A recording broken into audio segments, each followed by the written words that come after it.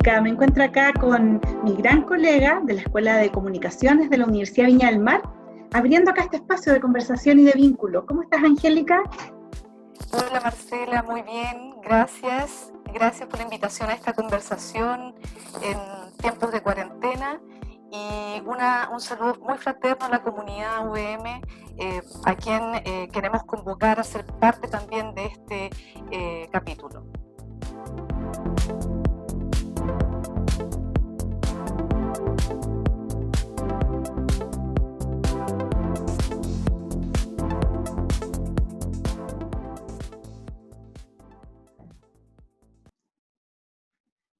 Ahí bueno. Oye, Gonzalo, Andrea, muchísimas gracias por conectar, por propiciar esta conversación. Vamos a hacer el... Ahí tuve un problema técnico.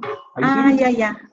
Ahora sí. No verán nada. ¿Y ustedes escuchan bien? Bueno, partes de gajes del oficio. Oye, bueno, de nuevo agradecerles por estar acá y abrirnos un espacio en su vida cotidiana. De verdad se los agradecemos mucho. Esto es un espacio que hemos denominado Conversaciones de Cuarentena para poder crear vínculos y fortalecer los vínculos de la Escuela de Comunicaciones de la Universidad Viña del Mar, de donde tú también eres exalumno, Gonzalo. Eso nos da también mucha alegría el poder acceder a compartir contigo y con Andrea. Bueno, y preguntarles cómo es hacer periodismo desde la casa y además también en el caso de ustedes que son patrimonio, cómo conciliar estas tareas que tienen de trabajo con la vida cotidiana, la familia, las labores domésticas. Bueno, yo creo que ha sido súper desafiante en general para todos los que estamos haciendo teletrabajo, porque implica hacerse cargo de cosas nuevas, desde lo más básico que es conectarse, que funcione, que la aplicación, en fin. En mi caso, yo que estoy haciendo teletrabajo para radio y televisión, implica también hacerme cargo de temas técnicos que hasta ahora yo no manejaba. Entonces, ha sido un tremendo aprendizaje también. Yo también lo veo de manera positiva en ese sentido. Pero tiene este otro lado que es lo más doméstico y que también es difícil o intenso, porque uno efectivamente tiene que estar preocupado de las cosas de la casa. Entonces, mientras uno está, no sé, a cargo de la cocina o de la ropa, el otro está trabajando y así nos vamos cruzando, tratando de mantener la casa y hacernos cargo de las hijas y del almuerzo. O sea, las tareas domésticas que todos tienen en su casa, bueno, aquí funciona igual, pues tratamos de compartir y de distribuir de la mejor manera posible para que se haga más llevadero. Sí, sí. Sí, oye, y ahí les queríamos preguntar de repente alguna anécdota bueno, a mí me pasa típico el perro que se pone a ladrar, estamos en clase, y ¿alguna anécdota que nos puedan compartir? Porque están como tras la pala, antes uno salía, cerraba su puerta, pero ahora estamos en la misma esfera, toda la familia compartiendo también ahí el tema del trabajo. Bueno, yo creo que en mi caso, yo que tengo horarios para hacer noticieros, por ejemplo, o para salir al aire en la radio, porque sigo con mi programa, para mí lo más importante, bueno, primero que me he tomado espacios enteros de la casa, y eso ha sido como un tema para el resto, porque la casa es tuya, básicamente. Me apropié del living, del escritorio, tengo aquí en el living donde estamos ahora, como montado un estudio de televisión, en el escritorio tengo la radio y todos los equipos, y pido que nadie entre, o que al menos no toquen nada, porque si me cambian algo yo después no voy a saber operarlo. Entonces ese es un tema. Y bueno, anécdotas yo creo que es principalmente cuando yo estoy al aire y empieza a sonar el citófono, o no sé, bajan las niñas, se cruza alguien, como que esos son nuestros temas. Y esa es mi máxima preocupación, es cuando tocan el citófono y yo estoy en la mitad del noticiero y quiero hacerle señas a alguien para que baje a abrir. Sí, claro. Oye, ¿y cómo es, chiquillos, el tema de reportear desde la casa? Porque en el fondo, y de buscar información y de contrastar fuentes, que en el fondo también es una cuestión súper cotidiana e importante en nuestra profesión. Y además también después levantar todos los contenidos. Y lo que pasa es que, a ver, nosotros somos un matrimonio periodístico, pero Andrea desempeña obviamente funciones en medios de comunicación. Yo tomé otro camino, me relaciono con temas que tienen que ver con relaciones internacionales, con seguridad, trabajo, y finalmente lo del reporteo. A ver, básicamente yo lo veo desde una perspectiva que tiene que ver que el que nace como periodista tiene que entender que esta situación son situaciones de emergencia donde tenemos que estar, o sea, independiente de la trinchera que a uno le toque. O sea, es complejo porque es como un poco también como la función de los médicos, es decir, claramente hay que salir a reportear.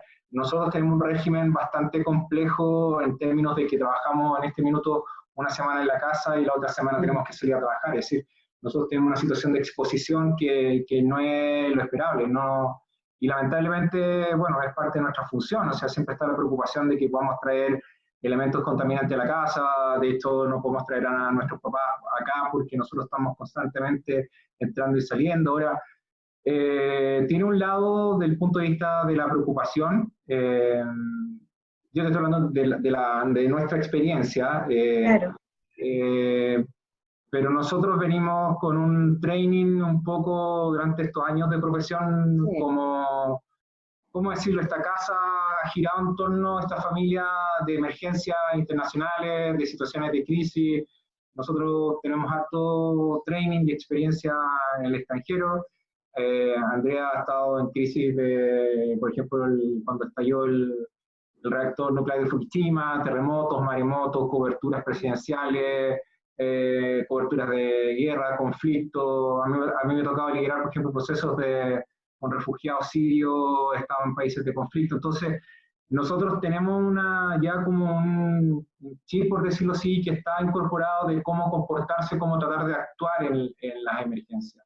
Y dentro de eso, el mejor consejo es tener miedo, o sea, administrar el miedo, en el sentido de que alguien que no tenga miedo me parece que está cometiendo un error y una insensatez. O sea, el miedo siempre tiene que estar presente como una variable a la hora de poder reportear, a la hora de generar un informe, a la hora de estar no solamente en una situación, llamémoslo trágica, pero a la vez noticiosa como esta pandemia. Entonces, nosotros hemos implementado medidas particulares de protección personal en la casa, etcétera, etcétera. Ahora, nada más allá de lo que el Ministerio de Salud, o lo que puede ser en este caso la OMS recomienda. O sea, nosotros los dos constantemente estamos alimentándonos de información, haciendo análisis. Mi área es lo que son temas internacionales, yo soy doctor en relaciones internacionales, entonces es un área que a mí me nutre constantemente del trabajo de Andrea, y nosotros normalmente vamos buscando, nos interesa lo que ocurre en Australia, nos interesa lo que ocurre en Sri Lanka, nos interesa lo que puede ocurrir en España, nos interesa donde no hay noticia, nos interesa buscar esa noticia para ver qué efecto, en el caso mío, que yo hago análisis internacional, qué puede ser el día de mañana algo que nos sirva para, ya sea presentarlo como una noticia, ya sea presentarlo como una idea.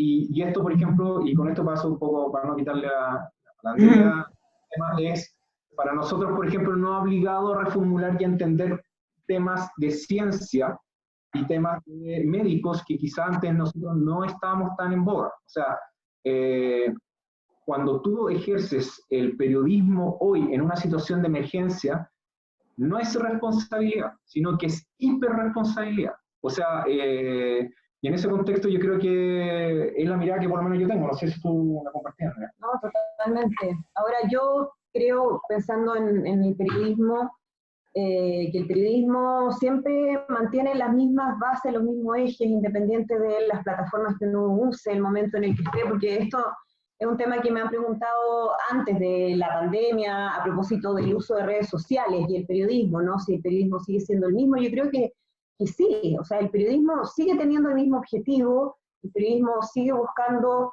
la verdad, acercarse a esa verdad a través de información, de datos, y más allá de cómo uno lo ejerza o a través de qué plataforma, la tarea es la misma siempre. Y en este caso yo creo que el desafío para todos es nuevamente ante una gran cantidad de información, porque esto es una pandemia, pero también es una infodemia, podríamos decir, ¿no? Que es una gran cantidad de información, un exceso de información buena, mediana y muy mala también, que puede generar confusión, y a diferencia de otros temas o de otros momentos donde no es tan relevante si es que alguien tiene algo que no es verdad, en este caso estamos hablando de la salud y la vida de las personas. Entonces sí creo que el rol del periodismo en estos casos es fundamental para ir mostrando lo que se sabe, porque no tenemos por qué saber lo que no saben los científicos, o sea, hay que evidenciar eso, y también dando cuenta de lo que no es cierto y lo que es definitivamente una falsedad. Las fuentes de información son lo más importante, o dentro de las cosas más importantes para un buen producto periodístico, es saber a quién hay que preguntarle. Algo que parece obvio, pero a veces no es tan obvio, o al menos no se cumple de la manera en que uno esperaría. Y creo que en estos casos es súper importante hacerlo además con una mirada crítica, en el sentido de que uno tiene que cuestionar la información oficial, y eso corre para todos, y para siempre, o sea, en cualquier circunstancia, en cualquier contexto. Pero creo que en este se hace súper relevante, porque uno necesita ir más allá de lo que es esa información oficial. Si a mí me están dando datos, me están dando una mirada, bueno, yo tengo que ir a donde están los expertos en los temas para preguntarles, y en este caso, científicos, gente que trabaja en epidemiología, los que están directamente trabajando con el tema médico, me parece que son fuentes de información fundamentales. Ahí se puede hacer una gran diferencia entre un buen producto periodístico y un mal producto.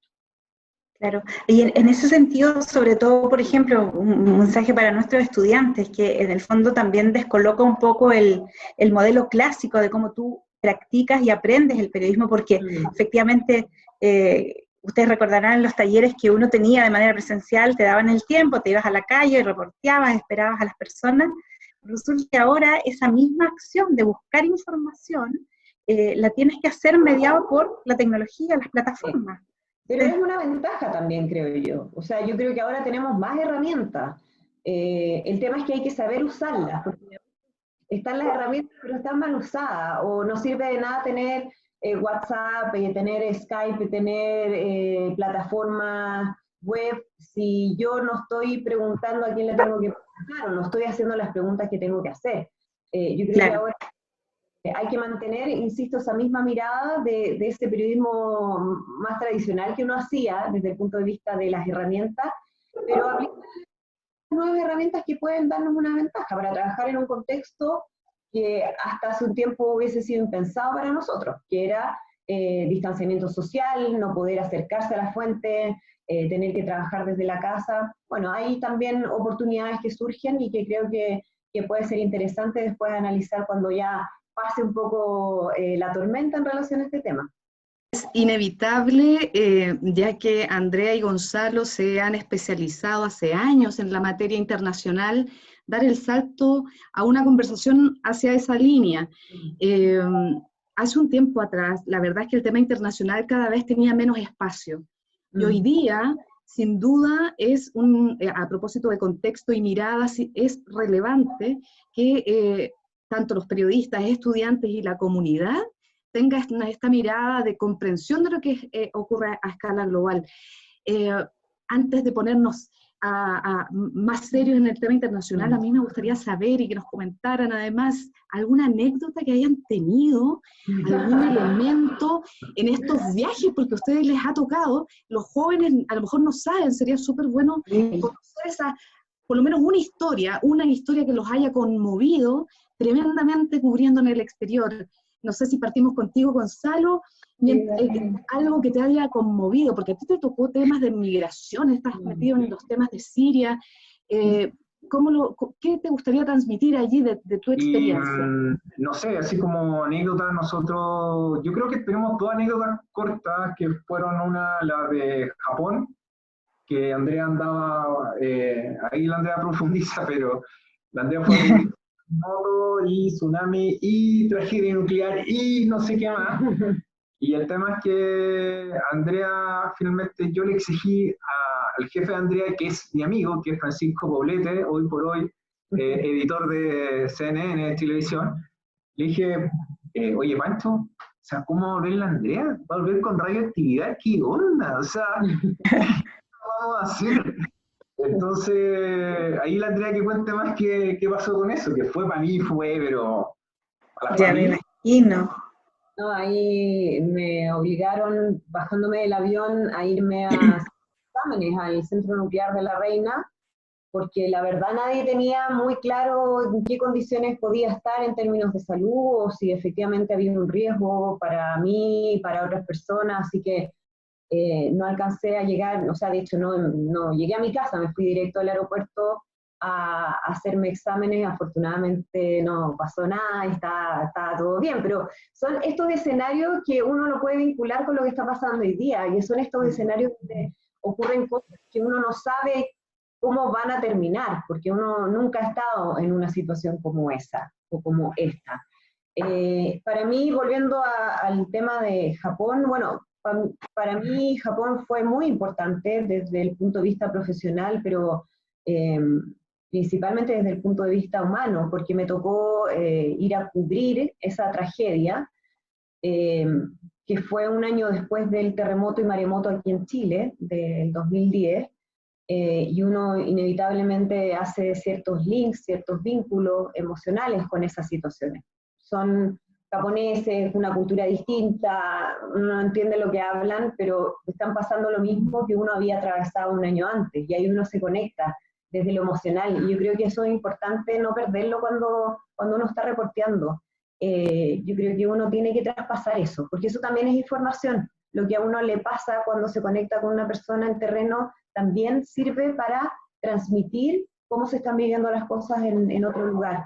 Y para mí fue una experiencia muy bonita y de mucho aprendizaje respecto a cómo un país azotado duramente por una tragedia se levantaba al día siguiente a reconstruir con una disciplina que, ya se la quisiera uno. Bien impactante, sí.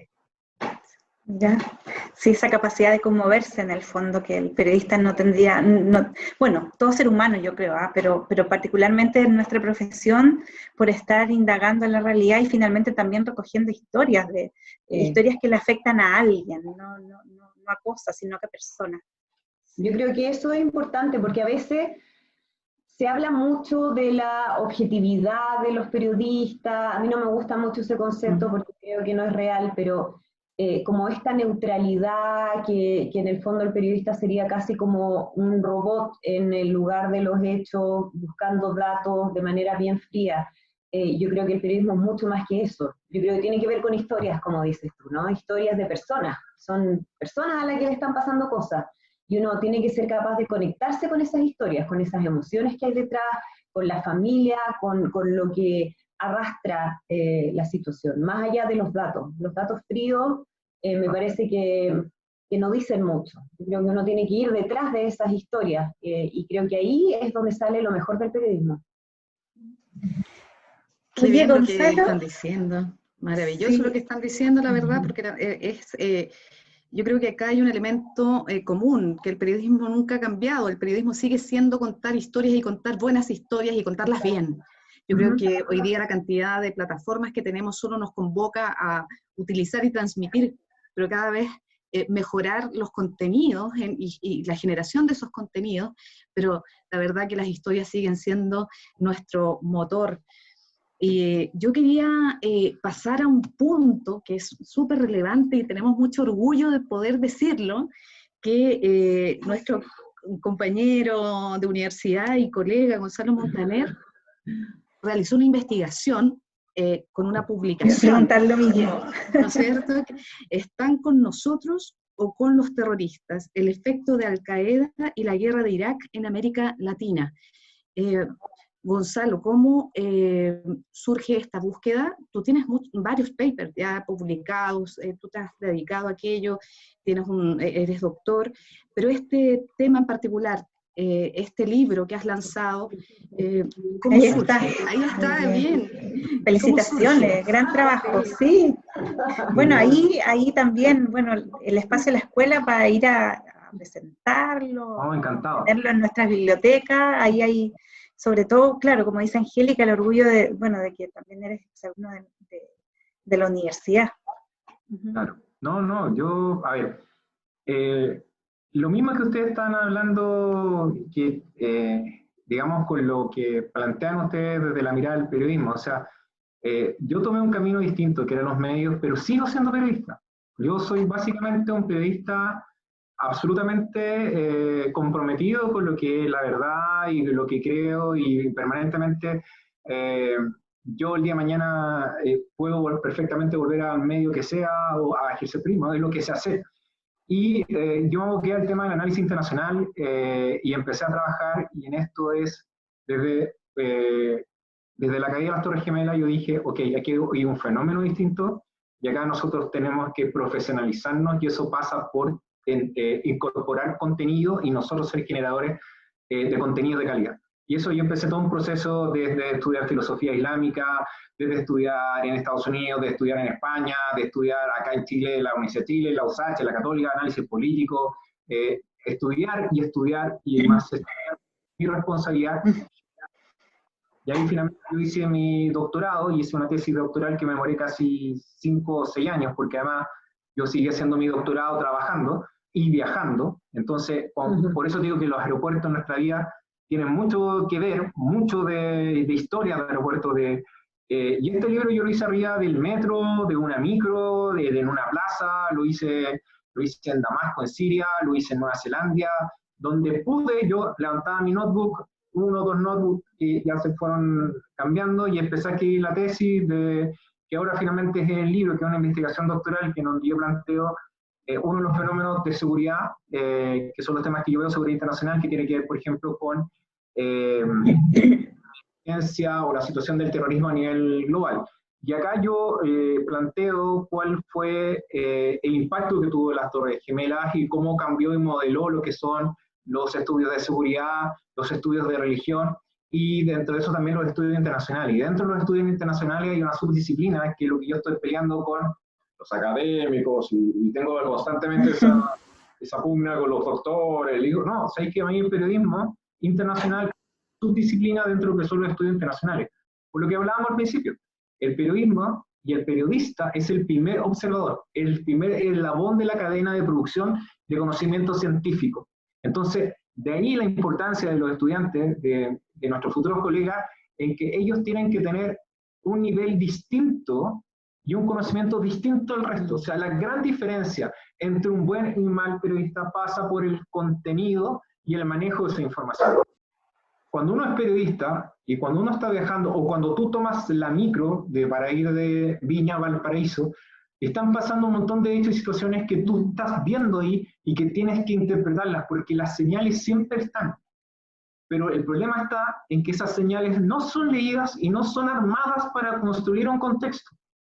Entonces, tanto el libro, que en el fondo trata las Torres Gemelas, que trata el tema de la guerra de Irak, y ahora el tema de las pandemias, es que finalmente esas señales no fueron procesadas adecuadamente y no te permite construir escenarios prospectivos.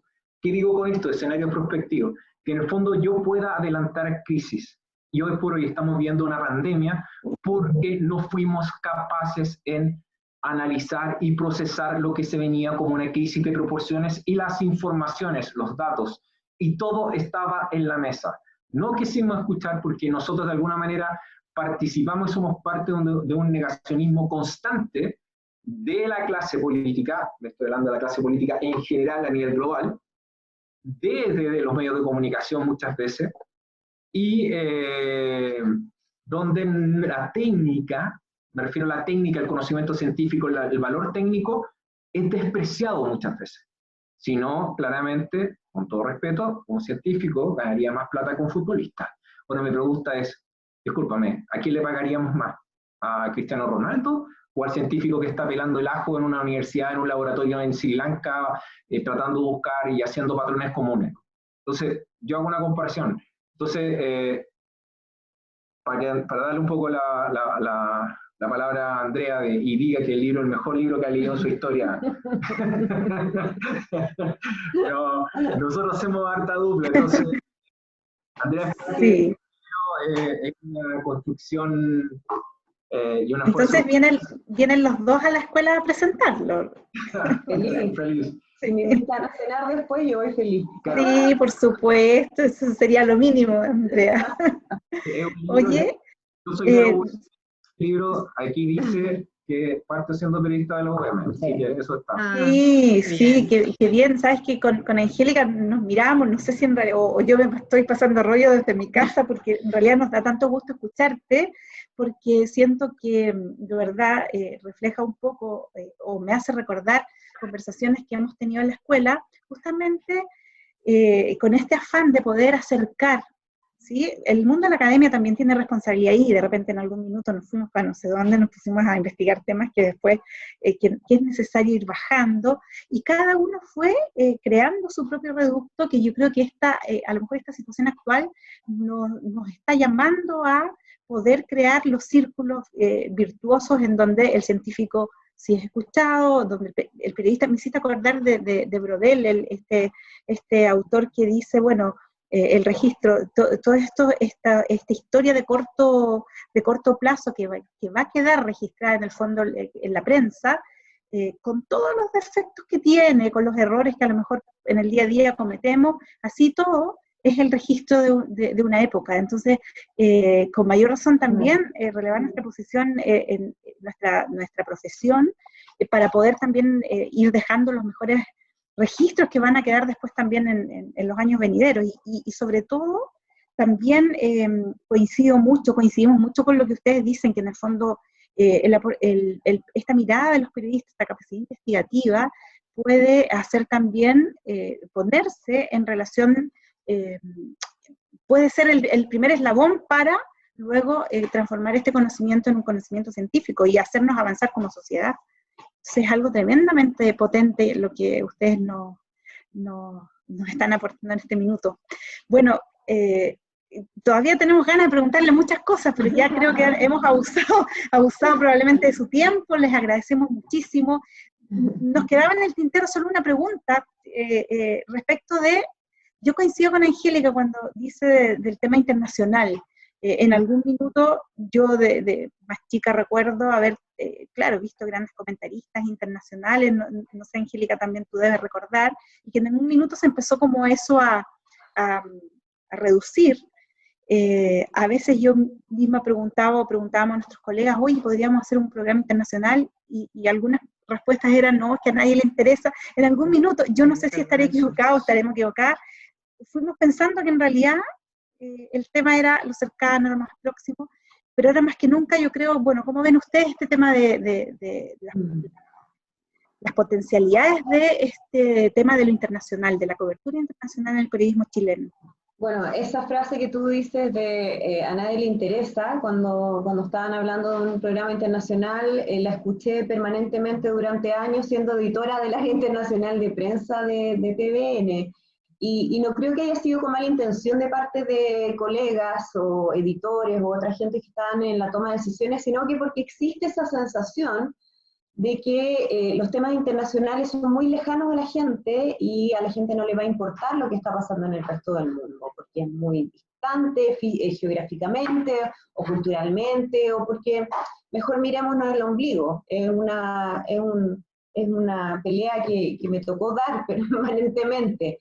Pero creo que también es cosa de revisar la historia, ¿no? Que nos da lecciones de que tenemos que justamente estar mirando afuera para saber qué es lo que va a pasar adentro, qué es lo que nos va a pasar a nosotros como país. No solamente ahora, que ya la globalidad del problema, como es esta pandemia, es tan clara. Nunca habíamos enfrentado antes un escenario donde todo el mundo, literalmente todo el mundo, está preocupado de un solo tema, sino que de antes. O sea, si uno ve lo que fue el estallido social de octubre, bueno, miramos algunos ejemplos de lo que había ocurrido en otros países en términos de levantamientos sociales, ¿por qué? ¿Por qué se dan? Ese ejercicio de estar mirando afuera me parece que es tan necesario hacerlo siempre en tantas otras áreas, porque nos puede dar luces y nos permite adelantarnos a fenómenos que nosotros vamos a vivir, inevitablemente. Entonces, yo creo que el periodismo internacional, claro, tiene esto, es como un péndulo, siento yo. A veces nos importa muy poco, a veces pasa algo y nos vuelve a importar mucho. Volviendo al ejemplo que daba Gonzalo del 11 de septiembre, de la caída de las Torres Gemelas, a mí me tocó, en lo particular, partir haciendo periodismo internacional a raíz de ese hecho, y claro, pasamos de no tener ni más de 50 segundos en un noticiero central a tener la programación completa de los canales todo el día vinculado a un hecho internacional que cambió la historia del mundo. Entonces yo creo y espero que a partir de esto, que ya va mucho más allá de lo que fue ese hito, nos demos cuenta de que somos una sociedad globalizada, que es inevitable que todo lo que pase afuera nos va a afectar a nosotros, y que tenemos que darle más espacio justamente a lo que ocurre en el resto del mundo, porque nos va a permitir tomar mejores decisiones, y creo que el periodismo también tiene un rol fundamental en eso, entregar información con ese objetivo, que podamos tomar mejores decisiones a nivel personal y a nivel ya de políticas públicas, de gobiernos, en fin, a nivel más global. Bueno, muchísimas gracias Andrea y Gonzalo por conversar con nosotros, por abrirnos también el espacio de su intimidad, que créanme que lo valoramos muchísimo. Sí, se agradece. Angélica también, por este espacio de conversaciones en cuarentena, que queremos propiciar desde la Escuela de Comunicaciones, a la que quedan cordialmente invitados, cuando ya volvamos a poder abrazarnos y a encontrarnos.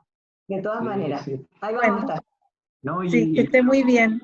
No, gracias a usted, y que los estudiantes aprovechen estos tiempos para profundizar, o sea, que en el fondo lleguen con mucho más contenido a la escuela y que aprovechen la oportunidad de estar en una buena escuela y que hagan periodismo. Así que nada, agradecerle a usted la oportunidad por conversar, siempre es grato conversar con la quinta región y con la universidad, así que nada, muchas gracias, ha sido muy, muy grato, muchas gracias a ustedes dos, bueno hablar con gente inteligente, así que muchas gracias. Muchas gracias, que estén muy bien. Un abrazo. Chao chiquillos, cuídense, Chao. adiós.